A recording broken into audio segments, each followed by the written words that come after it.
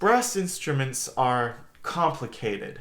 The developmental history of these things has led to a lot of overlap where two separate lineages of instruments come very close to producing almost the same instrument, but not quite exactly the same, varying by very tiny differences in bore size or mouthpieces or what have you. You also see brass instruments split into numerous different keys and sizes and shapes and valve systems. This is especially true for the rapid advancement in musical technology during the 19th and early 20th centuries, and the euphonium is no exception. So with this confusion, you may ask yourself, how do you define what is truly a euphonium? Sure, you may look at this image and say, yes, that is clearly a euphonium. And then you may look at this image and say, no, that is not a euphonium, that is a Turkish van. But what about this thing? Is this a euphonium?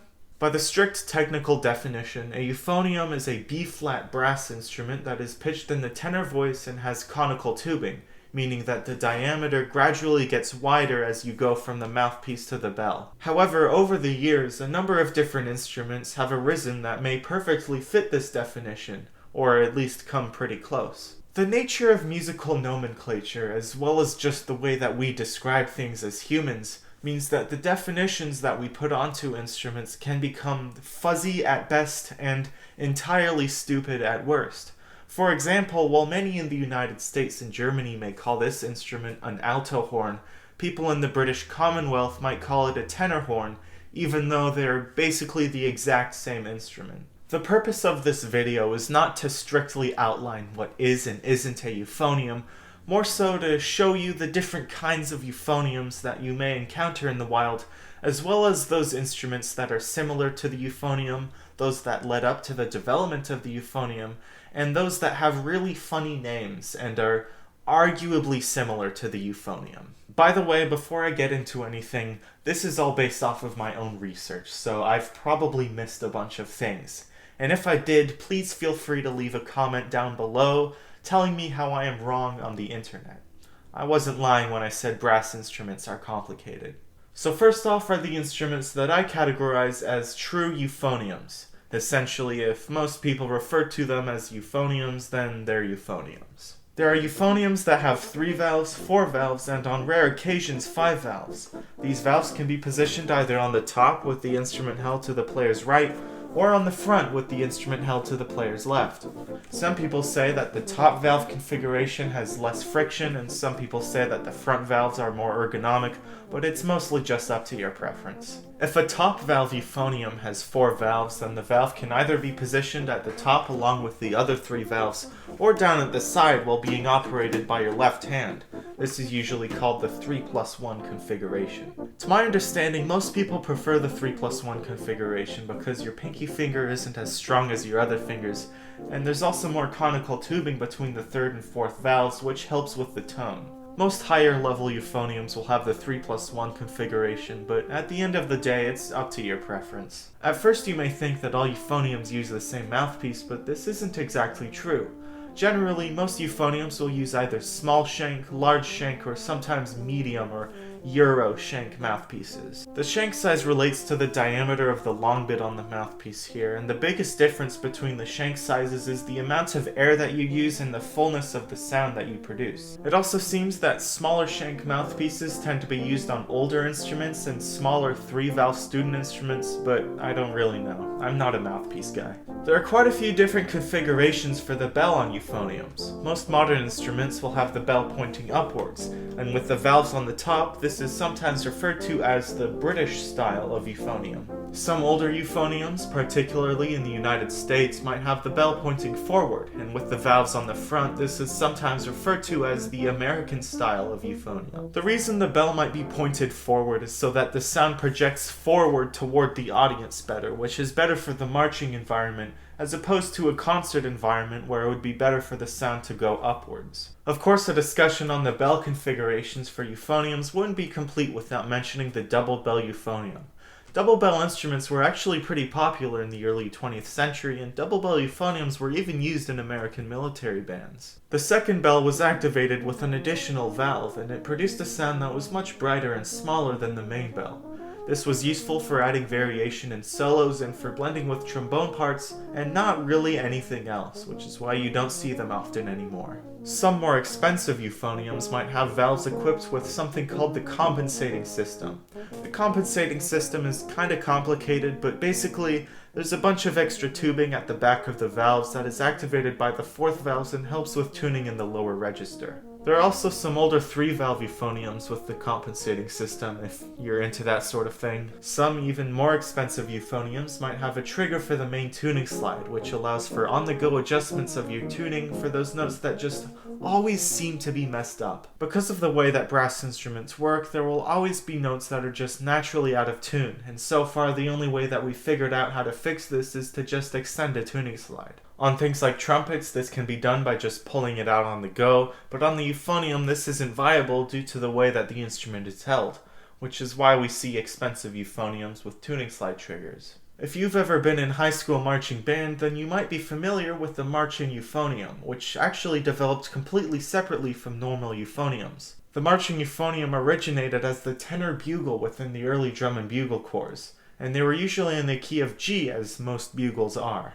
I'm pretty sure they actually started off with one valve that brought the instrument into D, which is why these are usually called G-D bugles. Over time, people started adding more valves to these tenor bugles, and eventually in 1999 they were allowed to be in the key of B-flat, resulting in the marching euphoniums that we see today. There's another kind of euphonium with rotary valves at the front in kind of an oval shape with the bell going up and to the side. This is sometimes referred to as the German style of euphonium, which seems to be interchangeable with the term Kaiser baritone. Except sometimes both of these terms also refer to a bell-up euphonium with the valves at the front. I don't know, it's confusing. From what I could find, these usually have a bit of a brighter and livelier tone than a normal euphonium and are very popular in Germany. The American Civil War occurred during a time of great experimentation with instrument design, so you could imagine what kind of crazy stuff they came up with for the euphonium. An example of this is the over-the-shoulder euphonium. This was made with the intent for the band to be marching ahead of soldiers going into battle, so they made the bell point backwards so that the soldiers were able to hear the music. These came in a wide variety of flavors, from tiny cornets all the way up to B-flat tubas. Have you ever wanted to play the euphonium but you're 3 feet tall? Well, good news, because the tornister euphonium may be for you. The term tornister means something along the lines of satchel or backpack in multiple European languages, and it's a pretty apt description. Basically, it's a euphonium with its tubing extremely tightly coiled up and with a smaller bell. I can't find that much information about these online, but I believe they were developed for the Austro-Hungarian army before World War I, and it wasn't long before they became obsolete. The tubing is said to be so tight that it's pretty difficult to play, and the bell is so small that you can't put a normal mute inside of it. But luckily, if you're still interested in this kind of thing, then the brand Wessex makes brand new ones for relatively not that much money. So before I go on to the rest of the video, I quickly want to mention the tenor tuba. The tenor tuba was originally a term used to refer to the earliest euphoniums, as at the time the instrument was pretty much just seen as a tuba that's in the tenor voice. However, nowadays it mostly just seems to refer to those German-style euphoniums I mentioned earlier, as well as front valve euphoniums with the bell pointed up. In the most basic form, the term tenor tuba just refers to a tuba that is in the tenor voice. This can mean multiple keys, but mostly just B-flat or C positioned 1 octave above the regular tuba. The point is, when you hear the term tenor tuba, just imagine a euphonium. At this point it's mainly an outdated term, but at the very least you can take solace when you tell your non-band kid relatives that your euphonium is a mini tuba, because technically it is. Well, that concludes the section on what I consider to be true euphoniums. Up next is the tuba family of instruments, as well as instruments that are developmentally similar to the euphonium. The tuba family refers to a line of brass instruments that have a similar developmental history and usually follow the sax horn design plan. Baritones, or baritone horns, are instruments that I feel are pretty misunderstood. First of all, they don't even have a unique name. The term baritone just refers to a voice. There are baritone guitars and baritone saxophones and ukuleles. But anyway, baritones are often just seen as lesser euphoniums. They're just an easier instrument that you play in middle school before you switch to a real man's instrument, right? Wrong. The main differences between a baritone and a euphonium is that the baritone has a more cylindrical bore that is also of a slightly smaller size. It still has the same length of tubing as the euphonium, they're both in the pitch of B flat, but the size of the bore does not increase to the degree of the euphonium and stays pretty small throughout. This results in the sound of the baritone being more clear and bright than the euphonium, somewhat trombone-like.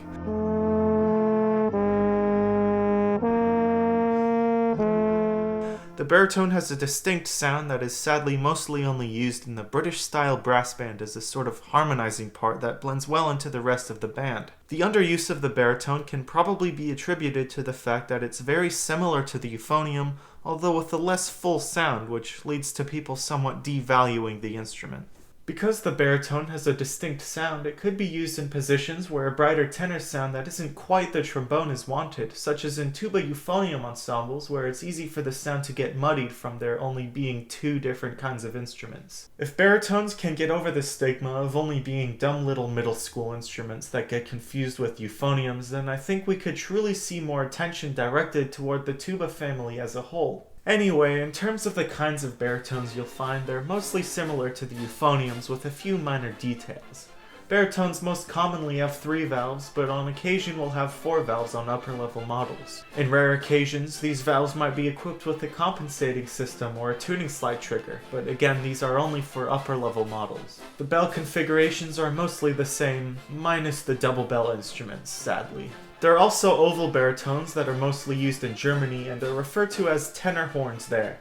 This is not to be confused with the tenor horn, which I'll talk about later, or the Wagner tuba, which is essentially the same thing, but it's mirrored and it has slightly smaller tubing, and it also uses a French horn mouthpiece. There are also marching baritones, which are actually more common than marching euphoniums because they're lighter to hold and the sound is more direct and projects better. This is not to be confused with the marching trombone, which is slightly smaller and has a more trombone-like sound. It's also sometimes called the flugabone. If anybody ever tries to tell you that they play an instrument called the flugabone, you should have the legal right to punch them in the face. You'll also see Civil War over-the-shoulder baritones, but a peculiarity is the American-style baritone. These are instruments with front valves and forward-facing bells that have tubing that is more conical than a normal baritone, but more cylindrical than a euphonium. This technically means that the American-style baritone is neither a baritone nor a euphonium, but a completely unique instrument. Now, does this information matter to literally anybody at all? No. Is it interesting nonetheless? Not really. Perhaps even less understood than the baritone is the alto horn. You see, there exists an instrument in the tuba family in the pitch of E flat that goes by many different names around the world. If you live in the United States, you might call it an alto horn like I have. But if you live in the UK, you might call it a tenor horn, and in Germany it's called an alt horn. Alto horns are essentially euphoniums in E flat. They have the same conical tubing and sax horn design shape, but the mouthpiece is slightly smaller than that of the euphonium, and it's actually really comfortable. One of my friends bought a Chinese alto horn off of Amazon one time, and he let me try it out, and I remember the mouthpiece being really oddly comfortable.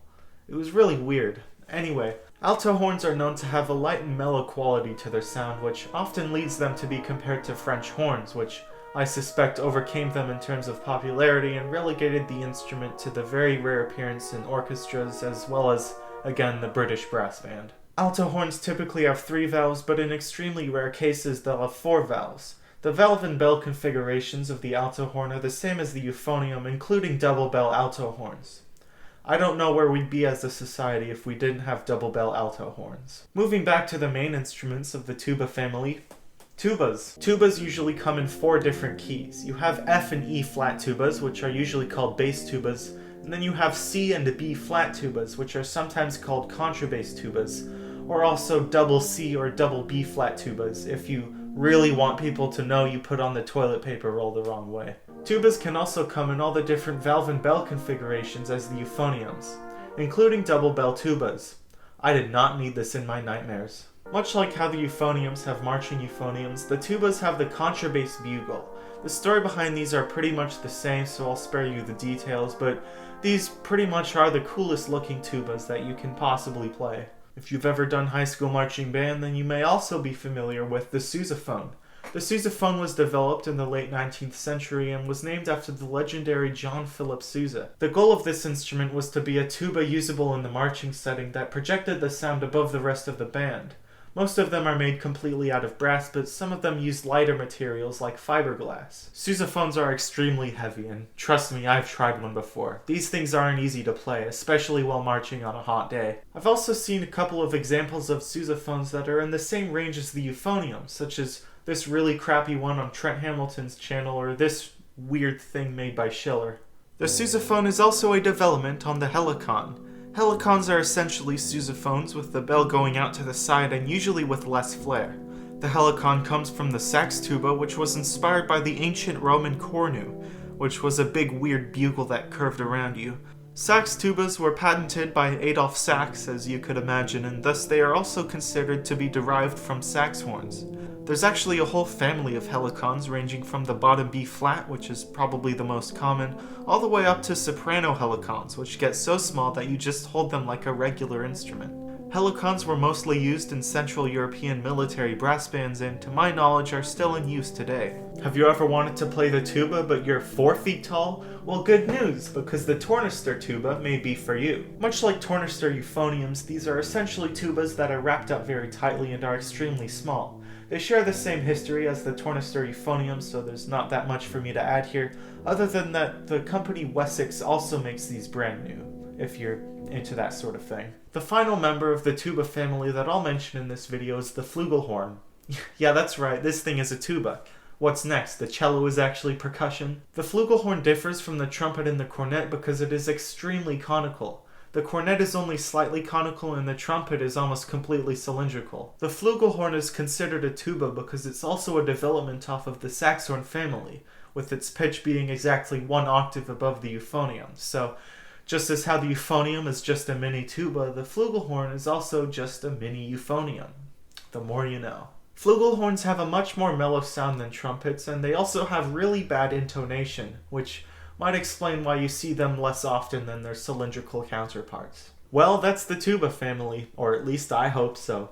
Next up are a few instruments that come from different families but are very similar to some of the instruments that I've described above. The valve trombone is pretty self-explanatory. It's a trombone, but someone put valves on it instead of a slide. See, during the 19th century, when valves were the hot new thing in musical instruments, people wanted to try them out on everything, and unfortunately, everything included the trombone.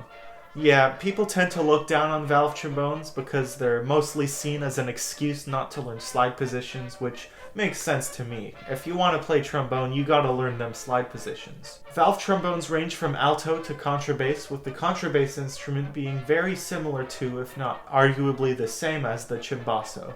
However, if you want to be a functioning member of society and you love the idea of a trombone with valves, you might want to consider the superbone. The superbone is a trombone with both the traditional slide as well as a full valve section that you play with your left hand. Since superbones have both the slidey trombone sound as well as the technical capability of valves, superbones have a lot of potential in music, and I am genuinely confused why I don't see them more often. It could be just a matter of so few companies making them, leading to few people knowing about them and nobody playing them, but hey, Wessex makes them. The trumpet family is also known to dabble in sin. The bass trumpet is essentially a big trumpet that's in the same range as the baritone. They're often compared very closely to valve trombones because they both have very cylindrical tubing and have almost the exact same sound. Bass trumpets today are pretty much useless outside of the very rare and old orchestral piece that calls for them, as well as maybe trumpet-only ensembles, but I feel like a great summarization of the bass trumpet today is an out-of-context line from the Wikipedia page that says, "They perform no melodic function." Around the 20th century, the company King created 2 weird valved brass instruments that were somewhat similar to the American-style baritone. One of them was the trombonium, which was essentially just a baritone with a slightly smaller bore, and it was marketed as a replacement to the valve trombone for some reason. Later they came up with the altonium, which was basically just a trombonium but in the key of F, and it used a French horn mouthpiece. If you've ever wondered what brass instrument a clown would play, this comes pretty close. Well, now that I've gone over some of the more relevant instruments, I'm going to move on to some more obscure things that either have history relating to the euphonium or are just brass instruments that play in the same range as the euphonium. The serpent was an instrument created sometime between the late 1500s and the 1700s, which was basically just a big tube with finger holes in it coiled up like a big snake, hence its name. The serpent was originally used to strengthen the bass sound in choirs and eventually found use in actual bands and orchestras. The serpent had a somewhat ghastly sound to it and it was notoriously difficult to play, meaning that it was eventually replaced by the ophicleide. The ophicleide came about in the early 1800s as a development of both the serpent and the keyed bugle, and it was used very heavily in orchestras and operas. Its sound was pretty similar to the serpent and eventually took its place as the low brass instrument. However, it was still quite difficult to play, and it was eventually replaced itself by the tuba. In my opinion, ophicleides have a pretty nice sound, especially in the upper register, somewhat like a euphonium mixed with a woodwind instrument of some sort. Speaking of which, the serpent and the ophicleide are considered to be the direct ancestors of both the tuba and the euphonium, and it's theorized that the saxophone was developed by Adolf Sax putting a bass clarinet mouthpiece on an ophicleide. So technically, the euphonium and the saxophone are related. One of the weird offshoots from the development of the euphonium was the French sea tuba. These came from the advent of sax horns, meaning that they're very similar to the euphonium except they use larger mouthpieces and might have some differences in bore size. They usually had 6 valves as an attempt to make them better able to play in the lower register. French sea tubas were eventually phased out because regular tubas were A, better equipped to play in the lower register and had much better intonation, and B, had much more power and were able to carry the band. Wessex makes them. God damn it. The Berliner tuba. I can't find that much information about these, but my best guess is that they're an ancestor to the modern tuba and that they use a weird valve system. Also, I think they might come from Sweden. The Fiskhorn. It's supposed to be a bass flugelhorn in C, but that's literally just a marching euphonium. The tenor cornophone. What? The tenor Antoniophone. Why? The shitty phone. Stop. The tenor normophone. This was made when saxophones got extremely popular and very quickly faded out because everyone realized how stupid this is. The cavalry trombone. It's a valve trombone, but each of the valves correlate to a slide position on a normal trombone. This is what using 100% of your brain looks like. The bimboniphono. It's an ophicleide except it has a completely nonsensical valve system instead of a completely nonsensical key system. The sousaphone. It's essentially a euphonium in the ophicleide shape that features a special valve near the mouthpiece. When activated, it makes the instrument sound absolutely horrible. And to close it off, I'd like to give a shout out to all the weird little sax horns and sax trombas that didn't make it into the video because I didn't know about them.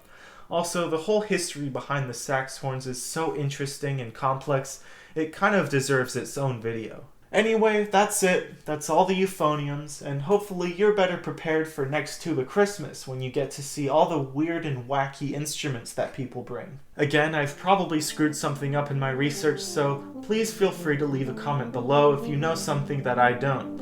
Anyway, thank you for watching, and have a nice day.